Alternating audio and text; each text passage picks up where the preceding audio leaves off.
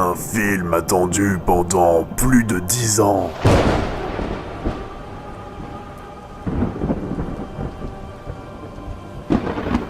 Attendu par des millions de fans.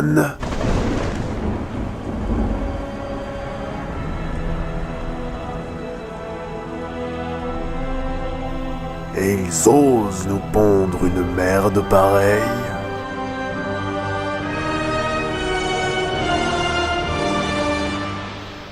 Je n'étais pas prêt.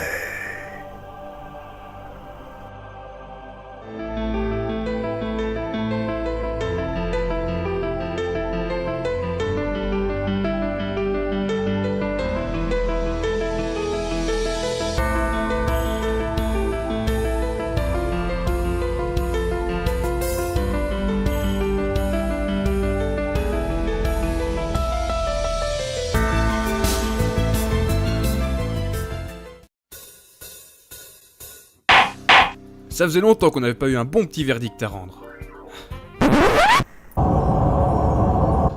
Bah quoi? Qu'est-ce que vous avez tous les deux? Bah y a que ce salopard là, c'est un allianceux, voilà. Bah ouais. Et alors, ça te pose un problème, vieux gobelin dégueulasse? Sale poulpe violet, tu vas tâter de malade, mais on verra c'est qui le paysan après. Silence vous deux! Vous réglerez ça en jeu une fois cette séance terminée. C'est pas le moment là, clair? Ouais, c'est clair. Bien, vous pouvez commencer. Pour le verdict d'aujourd'hui, mesdames et messieurs, j'aimerais appeler à la barre notre bon vieux chroniqueur, Jack West. Oh non, pas encore lui ces blagues de merde. Tu sais ce qu'elles te disent, mes blagues de merde? Bah, elles sont très bien ces blagues. Non mais attends. Et qu'est-ce qu'il fout là? Ben, c'est le mec qui tient la chronique de l'Ouest. Une critique comme le verdict, mais dans un format plus court, sans spoil, et avec une voix plus grave et sexuelle. Oh yeah! Et c'est pour ça que j'ai pensé que ce serait une bonne idée de le faire intervenir dans ce verdict. Non mais tu te fais de l'autopub sur ta propre chaîne, c'est pas pour faire de la pub, arrête un peu, c'est juste pour ça. La gueule déjà, c'est pas Les gars, Vous gueule! Les spectateurs commencent à s'ennuyer, alors on peut peut-être y aller maintenant, non? Bon, j'y vais. Warcraft Le Commencement est une adaptation cinématographique Sans blague. du tout premier jeu de la licence. Donc, Warcraft 1. Le film raconte donc comment les orques, après avoir dévasté leur monde, décident d'envahir celui des humains. Donc Azeroth, en passant par un portail dimensionnel qui sera plus tard connu sous le nom de Dark Portal. Les humains vont donc faire volte-face et se soulever contre les orques envahissant leur terre. Dit comme ça, on pourrait prendre les orques pour des méchants, mais c'est un peu plus compliqué que ça.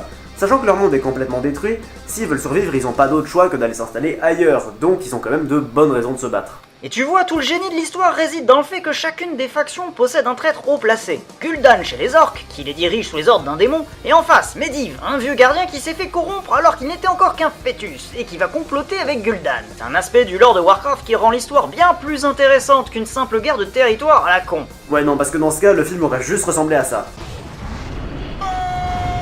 Et disons que ça aurait été encore plus de la merde que ça ne l'est déjà. Pour en venir au film lui-même, l'histoire du jeu vidéo est quand même assez respectée, et apparemment le scénario de base prévoyait de montrer les humains comme des tout gentils tout mignons. Mais cette idée à la con a été écartée, et maintenant le scénario permet aussi de voir le côté et le point de vue des orques qui essayent de survivre.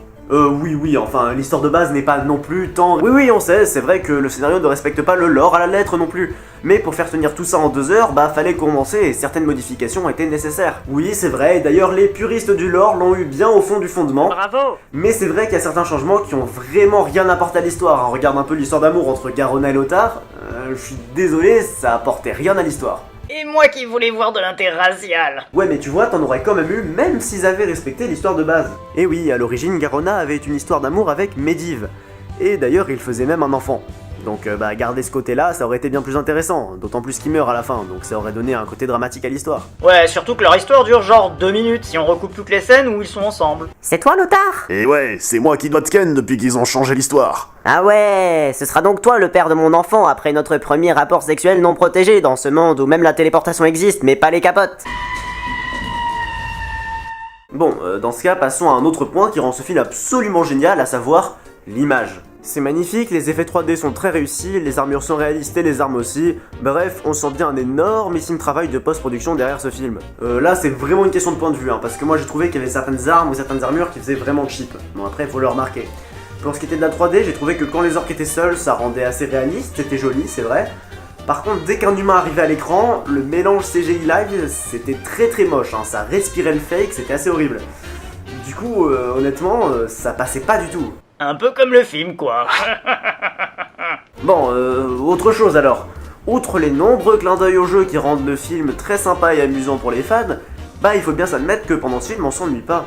Le rythme est rapide et on est entraîné au fil des événements et des batailles époustouflantes à coups d'incantations et de rage guerrière.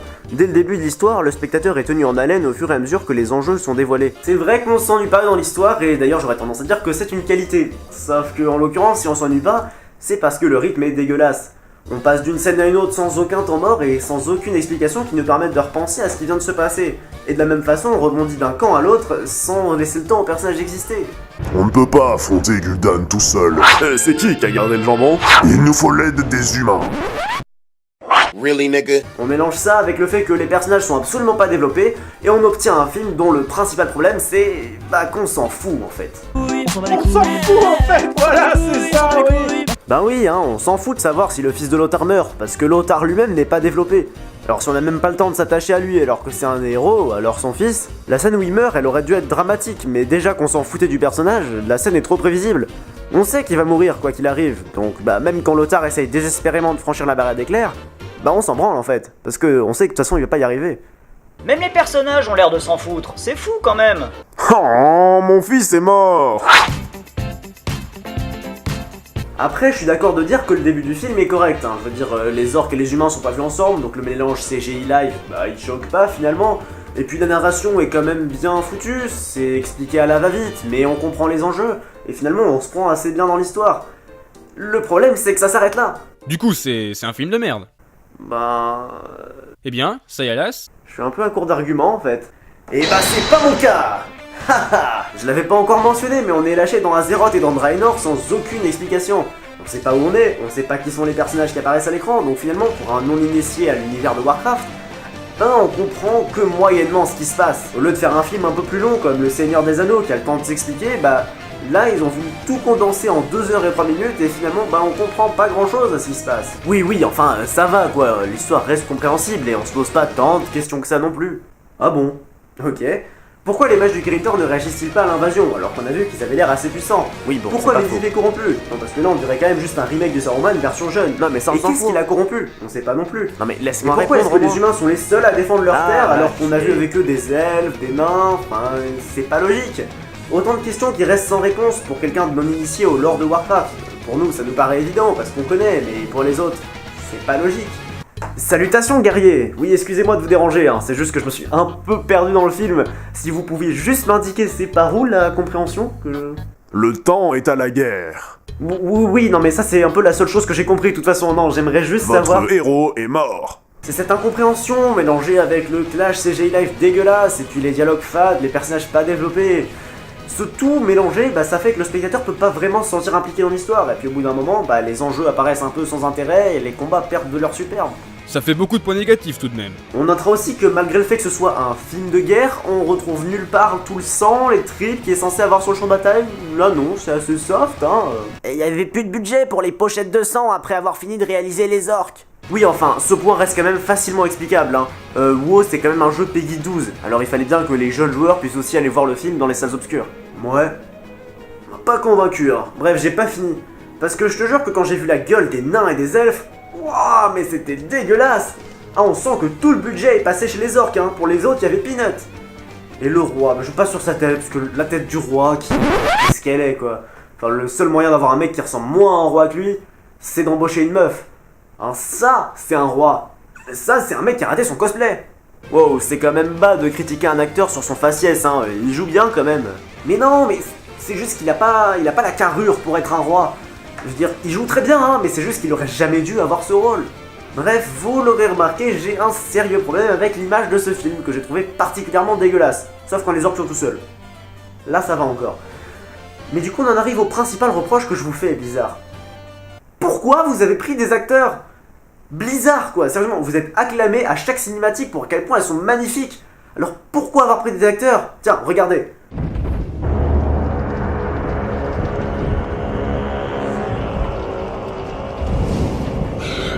Worthy effort, but futile.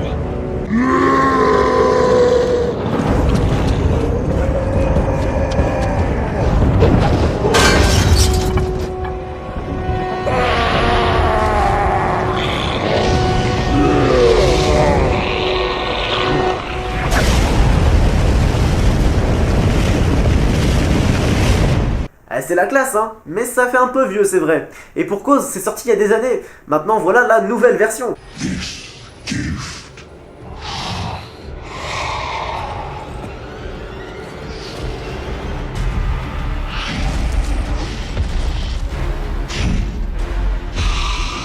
And did you bring these mongrels here? Just to watch you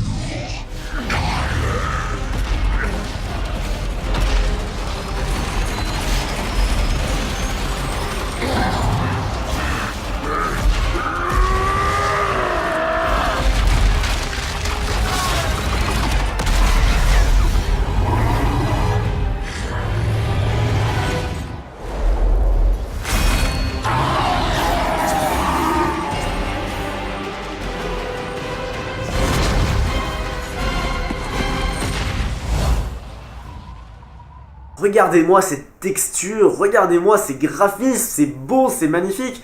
Ça paraît presque aussi réel que le film, sérieusement, mais c'est bien. Alors après, forcément, vous me direz... Ouais, mais la dernière fois qu'on a eu une adaptation de jeu vidéo faite en 3D, bah ça a été un gros flop dégueulasse. Ouais, sauf que là, ce film, clairement, est adressé aux fans de WoW, ceux qui connaissent déjà l'histoire, parce que sinon il y aurait plus d'explications quand même. Donc, ils savaient que de toute façon, ils allaient pas faire un flop. Et quel est le meilleur moyen de s'adresser à des fans de Blizzard? Promettre des femmes à la sortie de la séance? Oui, mais non. Bref, c'est vrai que ça aurait été un pari risqué, hein, parce qu'après, les films d'animation attirent toujours moins de personnes que les films avec des acteurs. Et pourtant, ça aurait enlevé un des plus gros problèmes du film, à savoir les graphismes dégueulasses.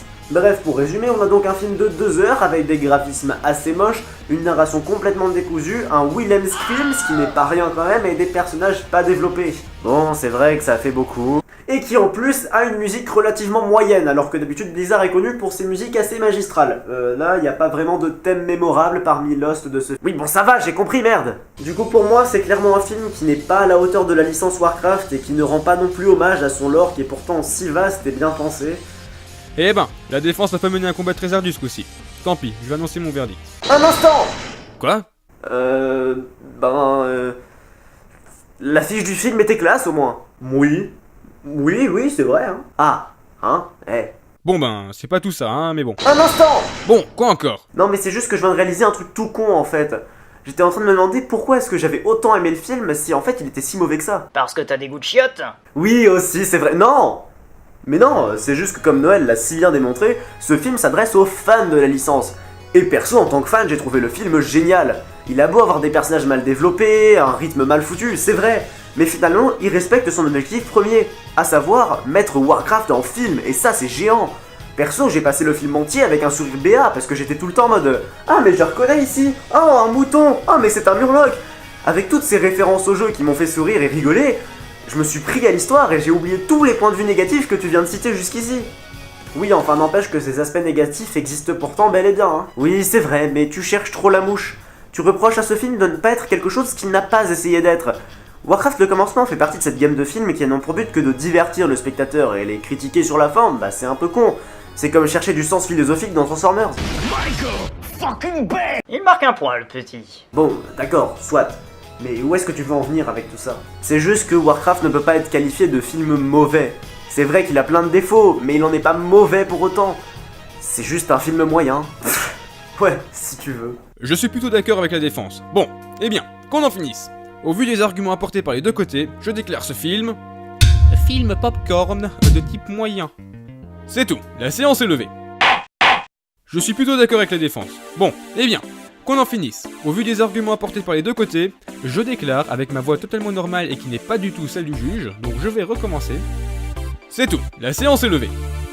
Ma réplique culte. Parce que... je suis trop fame in the game. Yeah. C'est perturbant. Ah.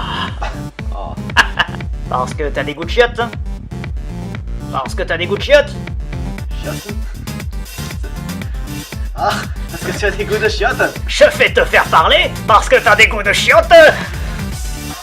Il marque un point, le petit. Oh, c'est dégueulasse. Ça va finir au générique, ça, vieux con.